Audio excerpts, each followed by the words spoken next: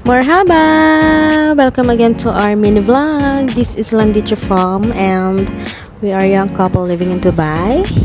So, this is our vlog for today's video. So, hinatid niya ako ulit sa aking workplace. And before that, dumaan muna kami dito sa Panadero. So, ayan, bumili na kami ng pandesal for our breakfast. And, ayan na yung kalsada papunta sa aking workplace. Maluwag ang daanan kasi nga that time ay tanghali na. And, Ramadan na dito, guys. So, iba-iba yung timings ng pagpasok ng mga offices. Like yung sa akin, ang timing ko ay from 9:30 to 4:30. No. And yeah.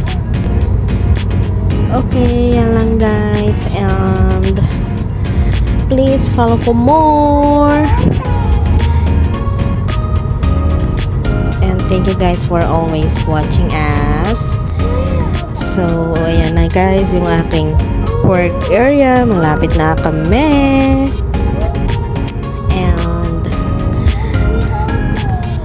ang biyahe pagpunta dito ay nasa 20 to 30 minutes. Ayan na guys.